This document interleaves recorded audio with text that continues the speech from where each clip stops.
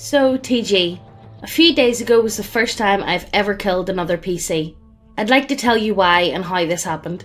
4th edition D&D, played over IRC with map tools for battles.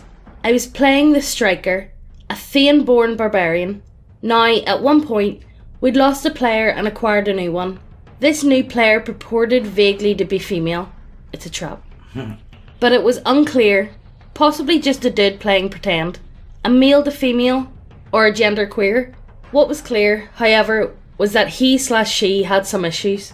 Firstly, her character's backstory. She was a tiefling trickster bard who had been raped repeatedly. In her backstory, essentially every time she trusted anyone. First at an orphanage where she was raised, then by her foster father, then by a jealous suitor because she wasn't interested in him. It went on from there. It had something to do with her beautiful singing voice or something. Second, and related, she hated all men. All men. Regardless of alignment, species or nature. This wasn't one of those nice, blatant hatred that makes for some good role-playing tension. Plenty of nice in-character arguments. And a chance for people to overcome their prejudices. But oh no, this was a passive, subtle hatred. For example, is your character male? Good luck getting a majestic word or any sort of buffs. If she could stay where she was and give buffs to 3 male characters, or move to give buffs to 1 female one, she took the latter every time. This isn't an exaggeration. It would take the whole group badgering her out of character before she would heal wounded characters. She would either ignore or simply talk down to male NPCs when she thought she could get away with it, including once ignoring the head of the Paladin Order discussing strategy with us, to instead give her opinions and ideas to his female squire/assistant. I didn't mention she was a lesbian earlier. Oh, of course she was. Yeah, I was guaranteed. Because there are droves of lesbians who don't hate men and aren't thorough cunts. But this character was very much a lesbian. Again, in a sort of passive manner, where she'd befriend a female NPC and then get hyper protective of them, never letting anyone else in the party talk to them or interact with them at all, to the point where it was huge inconvenience. Now, to her moderate credit, said bard was either good at playing a bard, tactically, or simply read character ops from time to time, as she managed to have several ridiculously high skills. Diplomacy for one, although I doubt character ops would approve of the fact that she took skill focus for it. Religion and arcana were 2 others, because she provided most, read almost all, of her rituals. As I said before, she was more of a pain in the ass about healing and buffs, but we had Eldarin Tacklord, who was a massive bro, and made up for every act of faggotry committed by every other fae ever. Our DM, by the way, enjoyed intrigue. If a player came to your DM in private with something, it would nearly invariably get allowed regardless of what it was. Wasn't guaranteed to succeed, but it wouldn't get faded away without good reason. Now, our quest had been going on for some time. We had faced a number of challenges, and we were currently well into Paragon tier. Our latest mission had involved a kingdom that had been founded by a powerful Eldrin wizardess out of refugees, broken mercenary armies, the peasants of some of the nations that had been crushed by incessant wars between the great powers, and others of that sort. You know, riffraff. Said wizardess had been the royal mage of one of these destroyed minor kingdoms, and was looking to create a new one powerful enough that it wouldn't be trampled for resources. Since all of us were good or unaligned, the bard herself was good, but had chaotic good written on her sheet, according to her, because she preferred the old alignments. We had been helping them. We helped lead refugees to them, cut a deal with elementals to convince them to haul a huge stone wall up out of the ground, cleaned out a demon-infested fortress, and generally kicked ass and taken names. The kingdom in question was presided over by the former royal mage, as I said, and her circle of apprentices who happened to be female. I suspect it was to avoid impropriety, but the DM never said. We had worked hard, and the kingdom was finally secure. We'd collected a few legendary mercenary troops, and formed a kick-ass army out of them, despite our bard not wanting to negotiate with the ones led by men. We had raised walls, secured fortresses, and had even organised people to build roads and rebuild farms. Hey guys, Do you like models in your tabletop role-playing games? 'Cause we do too.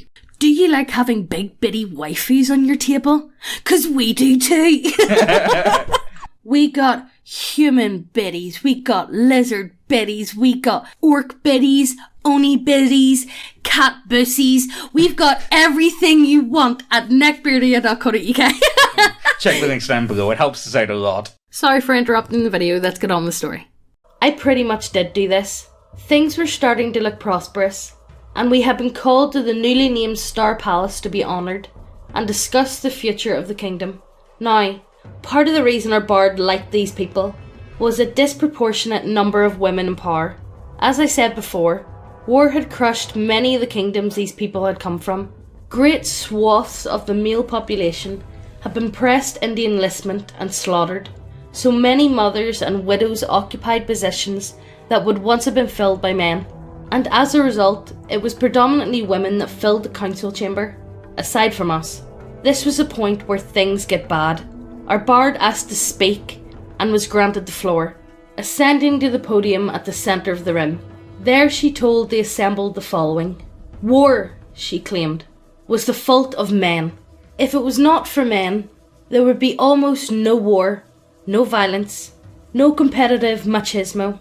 She spoke of unity and cooperation in a world where that was simply viewed as the easiest and most mature way to settle things. She pointed out that men had waged the wars that devastated the continent. We don't actually know if any of the nations involved had a queen at their head, and that it was the women who suffered for it. And then she dropped the bombshell. She had created 2 unique rituals.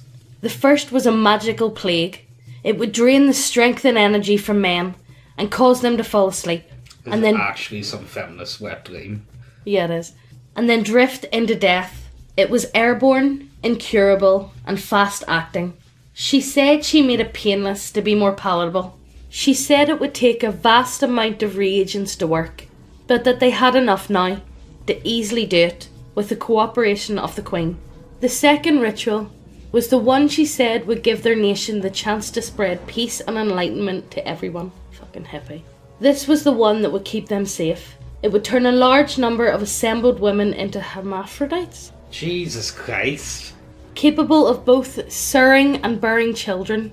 She rushed to say that this would not be used on all women, naturally, but enough to keep a sustainable population. What the fuck? Jesus Christ. And that she had run the numbers needed to keep said population up, presumably via skill challenge. The ability to reproduce still, coupled with the maturity and gentle nature of women, would lead to Utopia. Now, besides the fact that I'm positive there are fat fiction about settings like that, I'm fond of my balls. Also, fond of being alive. Our Eldrin warlord is a cousin of the Queen, so I figure she's not going to be too thrilled about this either. I'm ready for them to laugh her down. DM asks her to roll diplomacy. This is the point where I know you're all thinking, she rolls a natural 20 and you all simultaneously call me a bullshitter. Well, she didn't roll a natural 20. She rolled an 18. 18 plus an incredibly high charisma modifier, diplomacy trained, skill focus, diplomacy, the words of friendship power. It all added up to a number that could have swayed Orcus.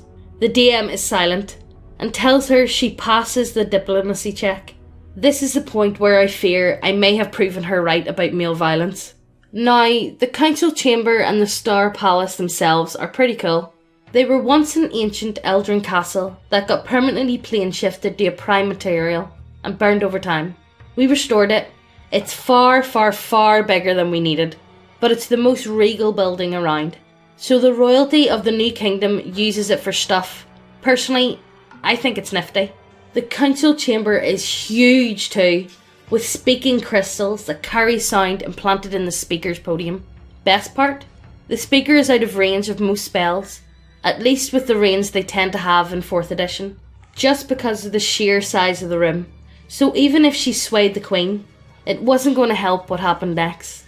Incidentally, she was still talking, detailing an elaborate semi-caste system with specific titles and honorifics, and how the new generation of women that could bear daughters / more hermaphrodites the second ritual, stop them bearing sons, or the first made women in general, unable to bear male children. I forget. She had planned for all that shit. Would interact with those who were pure women. Her whole plan for it was really, really elaborate and detailed. It sounded as if she had been writing it up for a while. Everything from the plans to demilitarize, to the way to train up as many casters as possible, to the point where they could cast the first man-killing ritual using the money they had saved from not having an army. You know what happens to be a really fun power? Howling Strike. Not only can it be used on a charge, but it deals a fair amount of damage for an at-will.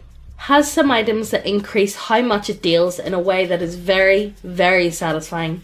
The best part is the fluff amounts to charging someone with your weapon, yelling "Fuck you, whore!" and cleaving the shit out of them. Which I did. Spent an action point. Hit her with my lowest level rage daily. Now there are a few other things to mention. First, Rage Strike is awesome. Second, having a full blade is awesome. Thirdly, Thean-born barbarians have charisma secondary, which means their will is generally quite high. In short, the many will-based attacks a cunning bard, or trickster bard, I think I said earlier, but if it really is cunning, I am kicking myself for not making a joke about lesbians and cunnilingus. Has are not exceptionally potent versus a Thean-born, while my AC focused melee attacks with a +3 proficiency weapons were. PCs have decent amount of HP in general, but still, I'm rage striking every turn, hitting her with dailies and chopping her up like firewood. This took a while purely because, out of character, the Bard's player is freaking out and screaming at me and demanding the DM stop me. Perhaps she had a point, since I was hacking at someone in the middle of the council.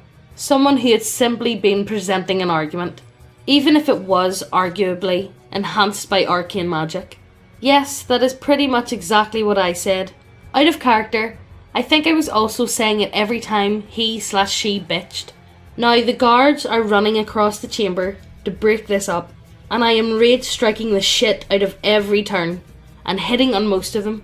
She has a handful of hit points left, the guards are almost there, and I thwack her with my last rage strike, sending her deep into the negatives and knocking her unconscious. The player is going ballistic when our female fighter comes up and casually helps me smash her down to her negative bloodied value, killing her.